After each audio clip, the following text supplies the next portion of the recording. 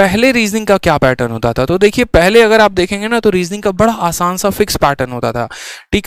चाहे आप सीजीएल का पेपर देखेंगे या सीएचएसएल का या एमटीएस का या सीपीओ का, तो नॉर्मल क्वेश्चंस होते थे कि रैंकिंग से इतना आएगा, सिलोगिज्म से इतना आएगा और आपका सीरीज से ये वाला क्वेश्चन होगा।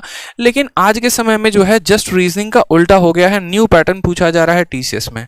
किन किन सब्जेक्ट को थोड़ा बहुत टीसीएस ने या किस किस चैप्टर्स को थोड़ा बहुत वास्ट बनाने की कोशिश की है वो भी हम आपको अभी बताएंगे, ठीक है। काफी कुछ नया बदला है टीसीएस ने आपको रीजनिंग में। थोड़ा सा इनका जो शिफ्ट हुआ है ना वो बैंकिंग की तरफ हो गया है, थोड़ा सा जो शिफ्ट रहा है वो कैलकुलेशन की तरफ हो गया है, थोड़ा सा जो शिफ्ट रहा है वो कॉन्सेप्ट की तरफ हो गया है, जहां पर आपको ज्यादा फंसाने की कोशिश की जाएगी, ठीक। उसके बाद बात करते हैं यहाँ पर। तो पहले क्या होता था कि रीजनिंग का पेपर इतना हलवा आता था कि आप 10 से 12 मिनट में सॉल्व कर लेते थे और ये कोई भी एस्पिरेंट इतना काम कर सकता था। लेकिन आज के टाइम पर वही रीजनिंग के पेपर को अटेम्प्ट करने के लिए 18 से 22 मिनट लगते हैं। यहाँ पर मैं जो आपके सामने डेटा रिप्रेजेंट कर रहा हूँ ये अकेले मेरे पेपर देने की वजह से या किसी एक स्टूडेंट के आधार पर नहीं दे रहा हूँ। जो कई समय से पेपर हुए हैं, जो कई सारे हजारों लाखों ने बच्चे दिए हैं, उनका एवरेज अटेम्प्ट देखने के बाद मैं आपके सामने डेटा रख रहा हूँ। क्योंकि मैं हमेशा से कहता हूं कि मुझे बात भी और मुझे चर्चा भी वहीं अच्छी लगती है जहां पर आपका एक फैक्ट रखा जाता है। फैक्ट पर अगर आप बात करेंगे तो वो डिस्कशन थोड़ा फायदेमंद भी होता है और वो सुनने में भी मजा आता है। लेकिन जहां पर फैक्ट में कोई बात नहीं होती उस बात का कोई अस्तित्व नहीं होता है, ठीक है। तो हमें ये बात को स्वीकार करना पड़ेगा कि पहले हम उसी पेपर को 10 से 12 मिनट में खत्म करते थे, लेकिन आज उसी पेपर को हमें खत्म करने के लिए 18 से 22 मिनट लगते हैं। और ऐसा क्यों होता है? तो अगर आप देखेंगे ना पिछली बार 2020 का पेपर, तो 2020 में जिन टॉपर्स ने, एसएससी टॉपर्स ने, जैसे कि मानो जिनका एसएससी सीजीएल 2019 में मैथ में 200 में 200 रहा था, 210 रहा था, 220 रहा था, उनके 2020 के प्री में रीजनिंग में 30 नंबर लाने के वांदे पड़ गए थे। 35 नंबर बहुत टॉप स्कोरर्स के आए थे। ऐसा क्यों था? क्योंकि माइंडसेट हमारा एक बन गया था कि यार हम तो पेपर को 10 से 12 मिनट में खत्म करके आ जाएंगे। लेकिन जब वो चारे यहाँ पर पेपर देने गए तो पता चला कि यार पेपर जो है वो तो काफ़ी लेंदी आ रहा है। उसके चलते क्या होता है, नर्वसनेस आती है, और नर्वसनेस आती है तो पेपर क्या होता है, खराब होता है। सभी बातों पर हम चर्चा करेंगे। साथ में यहाँ पर जो अभी एवरेज मार्क्स जो आ रहे हैं ना वो आपके 30+ आ रहे हैं, ठीक है। और बहुत बच्चा सोचता है यार रीजनिंग जैसे सब्जेक्ट में अगर 30+ आ रहे हैं तो किस बात का मैं स्टूडेंट हूँ, किस बात का मैं एस्पिरेंट हूँ। तो इसमें आपको घबराने की ज़रूरत नहीं है। ये सिर्फ आपके साथ केस नहीं है मेरे भाई, हर किसी के साथ ऐसा केस हो रहा है। तो इसका सॉल्यूशन भी क्या होगा हम उस पर भी बात करेंगे, परेशान नहीं होना है, ठीक है। जैसे मानिए अगर हम बात करते हैं रीजन, जो आपने पूछा ना कि सर पहले 10 से 12 मिनट में पेपर खत्म हो जा रहा था, आज के समय में वो 18 से 22 मिनट क्यों ले रहा है? पहले 40+ हमारे स्कोर्स आ जाते थे, आज के समय में 30+ क्यों आ रहे हैं? तो रीजन है यहाँ पर ये 2 पॉइंट। पहला रीजन है 5 से 7 बढ़िया सवाल। बस टीसीएस का थोड़ा बहुत अगर आप पैटर्न को अच्छे से, अगर आप 10-12 शिफ्ट को भी एनालाइज कर लें प्रत्येक साल को, तो आप देखेंगे कि कुछ ज्यादा नहीं बदलाव है।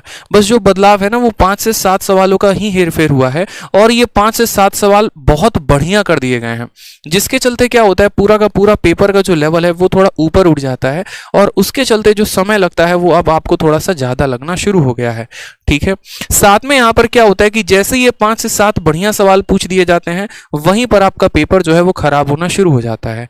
आप नर्वस होना शुरू हो जाते हैं, नर्वस होना शुरू होते हैं तो वहीं पर आपका समय लगना शुरू हो जाता है, ठीक है। इसलिए मैंने यहाँ पर एक पॉइंट भी लिखा हुआ है कि प्रिपरेशन चाहे कितना भी अच्छा हो, लेकिन अगर शुरू में फंस गए तो कोप अप भी नहीं हो पाता है पेपर के दौरान। ये पॉइंट बड़ा ध्यान से सुनिएगा, दोबारा से देखिए यहाँ पर मैंने क्या लिखा है कि प्रिपरेशन आप चाहे कितना भी अच्छा क्यों नहीं कर लेते हैं, लेकिन अगर आप शुरू के ही सवालों में फंस जाते हैं, शुरू के सवालों के साथ ही आपका दंगल हो जाता है, तो उसके बाद आपको बाकी के जो सवाल होते हैं पेपर के दौरान में उनसे साथ कोप अप करना बड़ा मुश्किल हो जाता है। फिर वहां से अपने आप को लिफ्ट करना, वहां से वापसी करना, ये बड़ा मुश्किल हो जाता है। तो ऐसे हालात में हमें क्या करना है? ऐसे हालात में सबसे पहले तो आपको वीडियो लाइक करना है। बहुत कंजूसी कर रहे हैं आप लोग वीडियो को लाइक करने में। इतनी मेहनत करके हम आपके लिए पीपीटी बना के लेके आए, आपका बड़ा भाई आपके लिए इतना मेहनत कर रहा है और आप वीडियो भी लाइक और शेयर नहीं कर रहे हैं, ये बड़ा दिक्कत है, ठीक है। कोप अप विथ होता है, ये मुझे पता है, कोप अप विथ होता है, प्रीपोजिशन विथ आता है यहाँ पे, इतना परेशान मत हो, मुझे पता है, ठीक है। नेक्स्ट बात करते हैं यहाँ पे। नेक्स्ट यहाँ पर कहा गया है, तो देखो यहाँ पर रीजन जो आ रहा है, ये 5 से 7 बढ़िया सवाल जो पूछे जा रहे हैं वो कहाँ से पूछे जा रहे हैं। तो सबसे पहले देखो यहाँ पर जो आपका पेपर कंडक्ट करती है वो टीसीएस है, टाटा कंसल्टेंसी सर्विस, ठीक है। तो बात करते हैं यहाँ पर टीसीएस के फेवरेट के बारे में। तो देखो, जैसे कि एनालिसिस के दौरान पाया गया है कि रीजनिंग में जो सबसे ज़्यादा फेवरेट आ रहा है क्वेश्चन, या जो सबसे ज़्यादा घुमावदार जिसमें बच्चे को फंसाया जा सकता है, वो ऐसे सवाल हैं, साइन इंटरचेंज। जैसा कि आपने अगर सीजीएल का पेपर दिया होगा, या फिर आपने सीएचएसएल का पेपर दिया होगा, या आपने सीपीओ का पेपर दिया होगा, तो उसमें देखा होगा साइन के इंटरचेंज के काफ़ी क्वेश्चन पूछे जा रहे हैं कि यदि हम प्लस को माइनस के साथ बदल दें और इस संख्या को इसके साथ बदल दें तो हमारा सवाल क्या होगा। इसमें नया क्या है, तो इसमें नया ये भी है कि पहले वो 1 अंकों तक सीमित होता था, अब यहाँ पर 2-2 अंकों वाले सवाल भी पूछ दिए जा रहे हैं। पहले यहाँ मल्टीप्लाई डिवाइड तक ही वो सीमित था, लेकिन अब इसमें बॉड मास का अच्छा नियम लगाया जा रहा है। तो देखो भाई, जब आपके सामने ऐसा क्वेश्चन आए ना, और पेपर में जब आपके सामने ये क्वेश्चन दिया गया हो, तो वहीं पर आप ये बात समझ लीजिएगा। अगर आपको देखने से लग जाए कि बन रहा है तो ठीक है, नहीं तो आप स्किप करके आगे बढ़ जाइएगा। ठीक है। नेक्स्ट बात करते हैं यहाँ पर सीरीज के क्वेश्चन। देखिए, थोड़ा सा जो सीरीज है ना, वो थोड़ा सा अपने आप को शिफ्ट होकर कहाँ लेकर गया है, तो बैंकिंग के पैटर्न पर लेकर गया है। पहले जो सीरीज बड़े प्यारे प्यारे आसान से आते थे, ठीक है, जहाँ पर एक ऐसा भी मैंने क्वेश्चन देखा है प्रीवियस ईयर का, 2 है, 4 है, 6 है, तो अगला क्या होगा, 8 होगा। इस तरीके से ऑप्शन आपके दिए गए थे। लेकिन अब सीरीज ऐसी है जहाँ पर आप क्यूब, स्क्वायर और 10 तरीके के प्रॉपर्टीज को लगाकर हार जाएं, तब भी सवाल आपसे ना बने। ठीक, इन सब के सॉल्यूशंस भी हम बताएंगे। अभी मैंने क्या लिखा है यहाँ पर, रीजन लिखा है, और इनका सॉल्यूशन भी क्या है वो भी हम आपको बताएंगे, तो परेशान मत हो। पहले मुझे बीमारी बताने दो, फिर मैं इलाज भी बताऊंगा कि उसका इलाज क्या है। तीसरा यहाँ पर कोडिंग डिकोडिंग। कोडिंग डिकोडिंग को तो भाई साहब ऐसा रगड़ा गया है ना पेपर में। आपने विक्रम सर की क्लासेस अटेंड की है, वो सारा का सारा बात आपको बताते हैं। क्या होता है कि पहले कोडिंग डिकोडिंग बड़ा सिंपल पूछा जाता था, अल्फाबेट के जगह पर उनके नंबर के आधार पर कोडिंग की गई होती थी।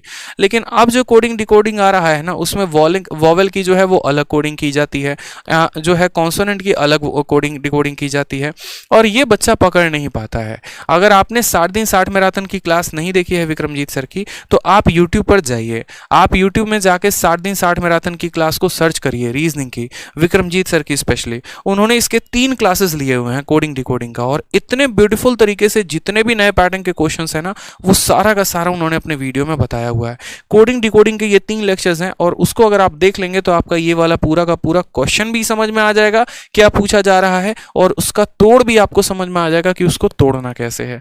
और नेक्स्ट बात करते हैं सिलोगिज्म। तो देखो, पहले क्या होता था ना, सिलोगिज्म जो है वो 1 या 2 स्टेटमेंट का पूछा जाता था, लेकिन अब के पैटर्न में सिलोगिज्म जो है वो 4-4 स्टेटमेंट का पूछा जा रहा है। और ऐसे केस में बच्चा जहां पर पहले वेन डायग्राम की मदद से सवाल को बना पाता था, अब वो वेन डायग्राम वाला भी कंसेप्ट वहां पर फेल हो जाता है। तो यहाँ पर जो है आप अगर देखेंगे तो यही जो 4-5 टॉपिक है ना, इनके चलते ये 5-7 सवाल बढ़िया आते हैं, और इनके चलते अगर ये बढ़िया सवाल आता है तो उसके चलते पेपर होता है खराब। उसी के चलते आपका जो पहले 40+ अटेम्प्ट होता था, अब वहाँ पर 30+ ही नंबर आ पाते हैं। और जो ये कोडिंग डिकोडिंग हो गया, सिलोगिज्म हो गया, बाकी सभी टॉपिक्स हो गए, उसी के चलते पेपर में आपका जो समय लगता है वो 18 से 22 मिनट लगता है। तो स्पेशली इन 4 टॉपिक्स के क्वेश्चन को या तो आप इन पर बहुत मेहनत करिए, जैसे कि पूरा का पूरा सिलोगिज्म विक्रमजीत सर ने पढ़ा रखा है। अगर आपके पास समय है तो उनका पूरा सिलोगिज्म का वीडियो देखिए, ठीक है। और अगर समय नहीं है तो 60 दिन 60 मैराथन में इन्होंने कराया हुआ है, आप वहां से इनकी वीडियो को देखिए, ठीक है। और दूसरी बात यहां पर मैं आपसे ये बोलूंगा कि अगर आपको लगता है कि इन टॉपिक्स पर थोड़ा आपका हाथ तंग है ना, तो आप इनके साथ सवालों में जो है दंगल नहीं करेंगे पेपर में, इनको छोड़ के आगे बढ़ेंगे। क्योंकि मेरे भाई इस बात को हमेशा ध्यान रखना कि सॉल्यूशन, जैसे मैंने कहा ना, सबसे पहले मैंने क्या कहा कि मैं आपको बीमारी बताऊंगा कि बीमारी क्या है, और उसके बाद मैं आपको बताऊंगा कि इसका इलाज क्या है। तो इसका जो इलाज है वो ये है कि आपको ये आर्ट ऑफ स्किपिंग आना चाहिए, ठीक है। बहुत बच्चे पता है क्या सोचते हैं, बहुत बच्चे उसको दिल पे ले लेते हैं, ईगो पे ले लेते हैं। अरे ऐसे कैसे, हम सीजीएल वाले बंदे हैं, 200 में 200 मैथ्स में लेके आए हैं, रीजनिंग का सीरीज का सवाल ना बने तो हमारे ऊपर तो ये धब्बा है। लेकिन मेरे भाई ये कोई बड़ी बात नहीं है, इसको दिल पे लेने की जरूरत नहीं है।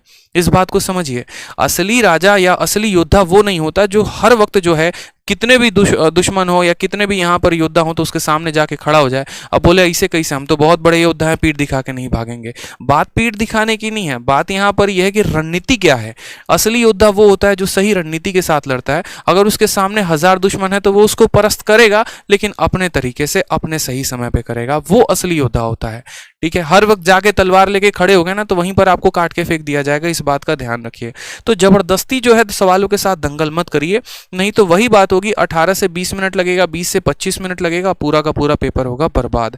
ठीक है, तो क्या करना है, आर्ट ऑफ स्किपिंग करना है। जैसे मेरे भी 50-50-50 आए, मैथ में भी 50, इंग्लिश में भी 50, रीजनिंग में भी 50। शुरू में मैंने भी रीजनिंग के 4 सवाल छोड़ दिए थे। मैंने क्या किया था कि मैं जब लास्ट में आऊंगा ना तब इन सवालों को मैं अटेम्प्ट करूंगा, मैं शुरू में नहीं करने वाला। ये आर्ट ऑफ मेरा स्किपिंग था, और यही रीजन था कि बाद में मेरे पास इतना समय बच गया था कि बड़े प्यार से वो सभी सवाल बन रहे थे। शुरू में मैं बहुत माइंड लगा रहा था क्या सीरीज है, क्या नहीं है, क्या नहीं है, लेकिन वो बन नहीं रहा था। क्यों? क्योंकि टाइम का प्रेशर था। लेकिन जब मेरे पास लास्ट के 10 मिनट बचे हुए थे, सवाल सिर्फ 4 थे, तो आप दुनिया का कोई ऐसा तरीका ढूंढ ही लोगे जिससे आप उस सीरीज के क्वेश्चन लगा पाओ। तो इसीलिए समय बचा के चलना है। साथ में यहां पर ये बात के लिए स्पेशली प्रिपेयर्ड रहना है, मेंटली प्रिपेयर्ड रहना है कि 3 से 4 सवाल तो आपको रीजनिंग में छोड़ने ही छोड़ने हैं। 3 से 4 सवाल तो आपको छोड़ के ही जाने हैं, इस बात का ध्यान रखिए। ठीक है, जबरदस्ती दंगल नहीं करेंगे। जबरदस्ती दंगल करने का नुकसान आप देखेंगे, आपका समय बढ़ेगा, समय बढ़ेगा तो आपका पेपर खराब होगा। ठीक।